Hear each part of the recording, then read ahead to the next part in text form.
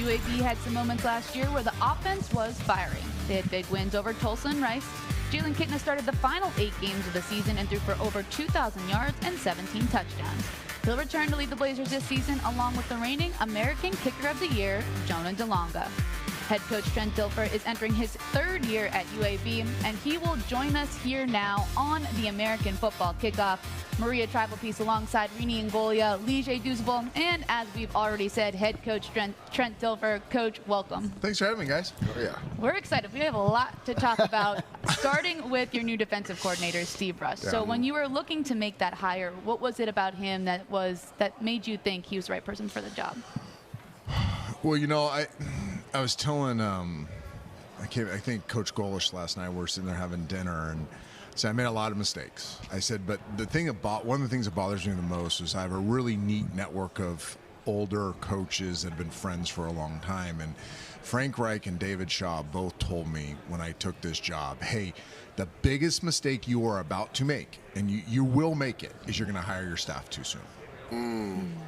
Because you have recruiting, and you have this, you have admin telling you that, you have all these voices, and you're going to rush, and you're not going to love your first staff. They may be good coaches, but it's not going to be the best fit.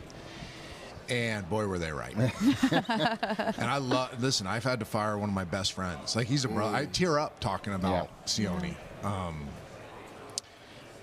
But it had to be done.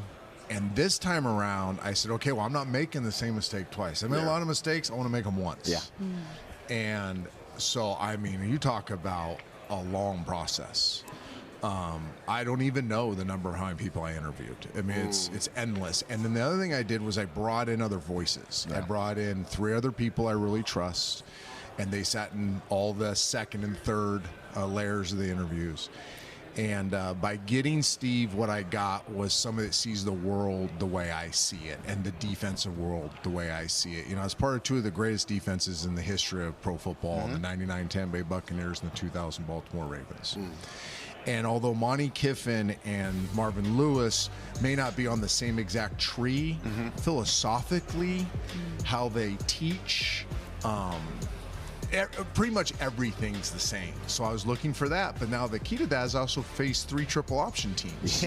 So I had to find a guy that has the NFL pedigree and the triple option stuff. It was really an impossible ask, right? And by the grace of God, and I mean that, because I prayed about this relentlessly, Steve Russ appears. And I mean, I interviewed him probably, I don't know, this first interview was probably 3 or 4 or 5 in. I'm like, oh gosh, this is exciting.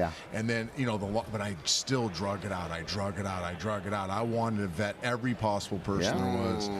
And it's just been perfect. And then the other thing about Marvin and Monty that people forget was they were humble coordinators. So if you look at the Baltimore Ravens, you have Jack Del Rio, you have Rex Ryan, you have, I'm forgetting another great coach that was on that staff defensively. You know, you have Lovie Smith, you have Herm Edwards, you have Rod Marinelli, some legends of the game. So they were collaborations defensively. So then I watched Russ hire his defensive staff. And I'm like, really? We're not going to get Sam Mills III as our defensive line coach. There's no way. I can't afford it. We have Sam Mills as our defensive line coach. You know, we're not going to get Brent Wieselmeyer, who's been with the Raiders and the Commanders and, you know, legendary boy genius secondary. Well, somehow we got him. Because when you hire the right leader, right, people want to work for that guy. Correct. And so that again, I have no idea how good we're going to be. You're going to ask me? I have no idea. Not going to lie, I have no idea. I do know that structurally, leadership-wise, organizationally, confidence, presence, like all those things, we're buttoned up in a much more professional unit. To that point, Steve Rush, you talked about it, not only the NFL pedigree, but coming from Air Force, understanding the option. How have the players, in regards to him coming over, have they been receptive to what he's teaching? Like, what's the energy been like since you brought him into to UAB? You know, it's interesting. I'll give you a fun story that maybe probably don't get behind the scenes on this stuff. You know, a college coach typically has a GA, has an analyst, does a lot of their work for them. And it's not a bad thing. Okay, so great coaches in here. I love these guys, admire them. But the college world became a little, it ain't the hardest job in the world.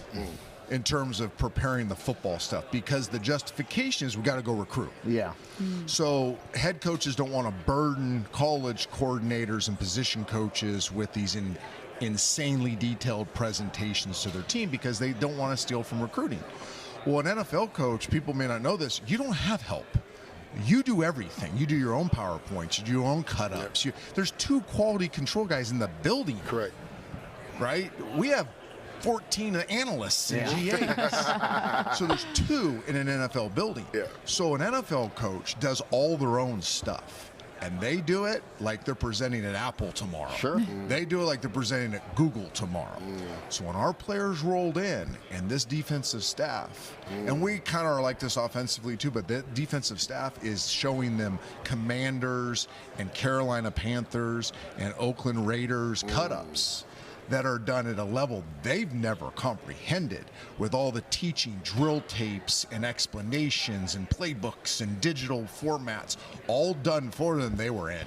They're like, you're gonna help me get better. This is a professional way of coaching. This is a professional way of teaching, and we are in. We have not had one player, and we'll talk about this. We went old in the portal. Yeah. So we have veteran guys that have seen it 1, 2, 3 other places. And they watch this defensive staff present, and they're like there's no complaining. We're rolling in this building today, and we know we're about to get graduate level teaching and exposure to a game that we've never even comprehended. And just to stay on that one quick point, I was reading, and tell me if I'm wrong, you may have 9, 10, maybe 11 new starters on defense. We have 19 open positions on the team. Yeah. So yes, we have 11 open positions on defense. Now, the one thing we did is we went out and we targeted a certain kind of kid in the portal and a certain age. We have 280 starts that we got out of the portal. Yeah. We looked at Missouri. We looked at some other programs done really well in the portal, and there were some commonalities. Experience production was one of them. Now, we can't afford, obviously, to go get the top of the market. Yeah. But as the market kind of settles down, as value presents itself other ways, we stay true to some core values there, and we have a lot of older guys that have played a lot of football that are more professional in their approach anyways, and it's fit well with this professional staff. And overall state of the program, so I obviously you've seen what you've done here in this offseason. I was reading, when your season ended in December, you ended that year with 41 scholarship players on the roster. Yeah. Is that right? So there's a point, this story has been mistold a little. There was a point when I went away for, it was Christmas morning. I think it was the day before Christmas. I sat at my laptop, and it had gone so fast. People had left so fast. I had to, move on from the defensive people. I had to take inventory. Yeah. And I had 41 scholarship players, and I had half a staff. Wow. And I literally opened my arms and said, Lord, I can't do this. This has to be a God thing. So do your thing.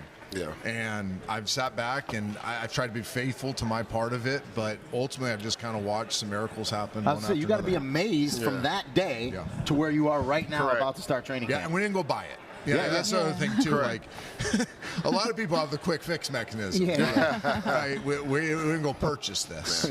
So it has been. I've been asked a lot. What's been your experience at UAB? I'm like, it's been brutal. It's been humiliating. It's been a kick in the groin every day. I don't like to lose. I'm embarrassed at times. I've been insecure at times. I'll be honest with everybody. But it's also been this awesome battle and awesome challenge, and I've had to grow and I've had to change, and my leadership styles have changed, and I think I have a better perspective on life. My wife will tell me I'm a better husband. My kids will tell me I'm a better dad. My friends will tell me I'm a better friend. I have no pride. I have no ego. Because I've been broken. Yeah. And when you've been broken, a lot of times you're either going to quit, or you're going to dust yourself off and let's go fight. And I'm a fighter. Anybody knows me knows I'm a fighter, and I'm going to fight till the bitter end. I'm going to be fighting until they bury me. Yep. And I love this fight, and I love this battle. Game still makes you, develops you even as a coach. Heck yeah. From a player all the way up. It's the best game in the world. I'm 53 years old. I'm a grandpa. I got my 3rd grandkid coming, and I'm still work in progress. I got all kinds of stuff. We all are. Coach, let's talk about your quarterback, Jalen Kitna. Entrenched as a starter heading into this year. What's the biggest difference you've seen from him growth-wise from last year, where he wasn't the starter, now going into this season where he is the starting quarterback? I thought long and hard how I was going to handle the Jalen Kitna questions. Okay. There we go. This is not coach speak. I didn't want to give coach speak. Yeah. Right? I wanted to be honest. His story is fascinating. He is one of the neatest humans I've been around. I love his family. I've known his family for years. And I'm probably biased, so if somebody's going to ask me a question, they're probably going to know that I'm a little biased because his dad and I go back so far. Yeah. So I want to keep it simple. We knew we had to get him on the field. He's too talented to not be playing, and we saw that in training camp. He is wildly talented. He had the opportunity. He gets his 8 games. He had some extreme highs and some extreme lows. Yeah. He never flinched. He never changed. He actually became a better leader through some of the adversity. Like, he actually grew exponentially with the hard things. The good things didn't faze him. And then he embraced this offseason in such a way that was truly like Patrick Mahomes learning from Alex Smith. Like these great stories of these young talented guys that get drafted in the NFL. They sit for Aaron Rodgers under Brett Favre, Carson Palmer under John Kitna. And he just sat there and he's like a sponge, and he just takes such an he attacks the process. Yeah. And then here's the easiest thing I'll say when people ask me, how good is he? I was the 6th pick of the draft, for those of you that remember when I had hair. At the time, I want to say I was one of the higher-ranked quarterbacks ever coming out. I don't know what that was, but I was one of the higher ones. He's better than me at every element of football. There's not one single thing that I did at his age that he is not better than me at. You decide. Now, I had great players around me. Sure. We had, I think, 7 players that year at Fresno State playing the NFL. I had Jeff Tedford as my coach, so he has a better coach. I had a better coach than he has. So I had some things going for me. But he is better at football at every level than I was, and I was the 6th pick of the draft. It's our job to support him and to continue to push him so he can reach his potential, which I think is as good as there is in football right now. Well, we're excited to watch him play this year, especially got those games under his belt last year. Coach, thank you so much for your time today. Appreciate you guys. Thanks, Coach. Yep. We'll take a look at UAB's schedule. As Coach Guilford said, he has to play all 3 triple option teams in the American. Well, he's got a week to wait. Okay, on Navy, He'll warm up with Alabama State. You also mentioned Jalen Kitna in our conversation. Hannah Brady has him and another UAB Blazer over at the desk. Thanks so much, Maria. I'm now joined alongside quarterback Jalen Kitna and defensive tackle Denver Warren. Guys, just welcome to the Players Desk. Welcome to Charlotte. How's it been the past 2 days? Thank you. Yeah, it's been awesome. Thank you. This place is cool. You guys can see it. Yeah, it's been great. Around, you can see it. It's been pretty great. sweet. It's been great. Great experience. I really love it. You guys had media day. You went to the Knights Stadium. You had a little BP. How was that? It was fun. I didn't do too good at BP. I hit 1 out of 4 balls, but once I hit that 4th ball, I was done and, 1 of 4, and that's put a fine. cap on it. Yeah. Yeah, shoot. I was just there for the food. I mean, food's always a good time. But Jalen, I want to kick things off, talk a little football with you. I want to start with you. You were the starter for the final 8 games of the season. You're entering your first full season with UAB. Just what's the focus been like for you heading into this season? Yeah, I think we have a great team with great talent and all that, and so it's just been, how can I maximize everybody and their potential? I want to be able to get the ball to, our really talented guys and, and put the defense in good positions, and so, my focus has just been, how can I, make the people around me, give them the best chance at success, and so that's really been my focus. And then you just heard your head coach talk about you, and he said he's better than me at every level. How do you take that, and how special is that coming from your head coach? Yeah, I mean, I'm so thankful to have, Trent around and someone that believes in me, at such a high level. I think that he does an amazing job at just every aspect of the coaching, and, part of that is, instilling a belief in your player, and so, I think that he's done a great job of that, and I'm looking forward to, just proving him right out there on the field this year. And then switching things over to you, Denver, this will be your first year at UAB. Just Yes, ma'am. what's the focus for you, and what drew you to UAB? The focus for me is just become the biggest turnaround defense in all college football. We want to come out and do what we're supposed to do, and everybody do their 111. What drove me to come to UAB, I would say, is the coaching staff and the culture.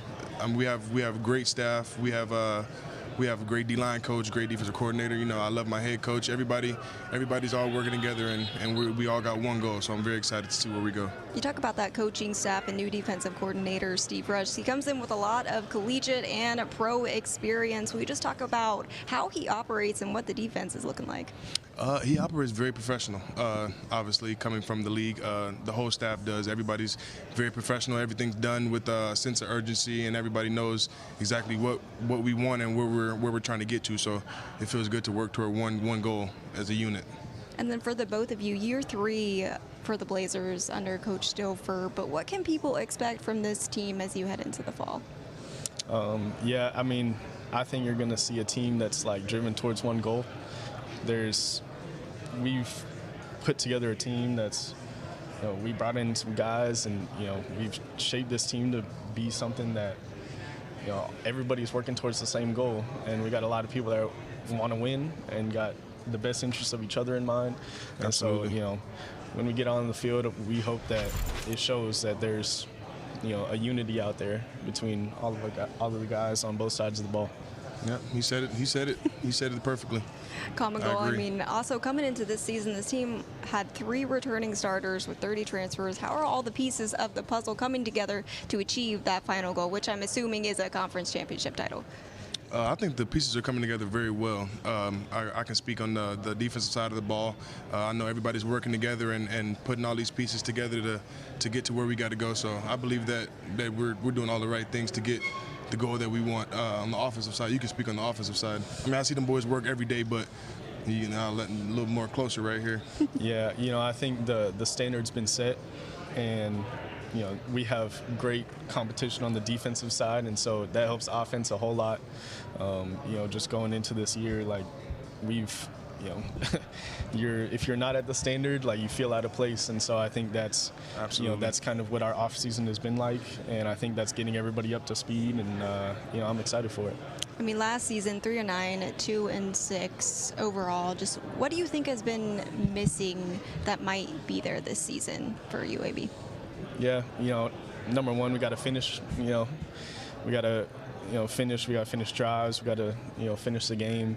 You know, that's big for us. You know, I think, you know, just again, we have all the talent that we need, and we got amazing coaches and all that. So, you know, it's more than just the, you know, the X's and O's or the talent. So, you know, I think for us, like, it's again just taking that next step in the culture that we're building, and just a different mentality going into this year. Agreed. Well, guys, thank you so much for spending a few moments here at the Players Desk with me, and I just hope you enjoy the rest of your day, and best of luck to you both this season. Looking forward to watching you guys. Thank you so much. Maria, back to you.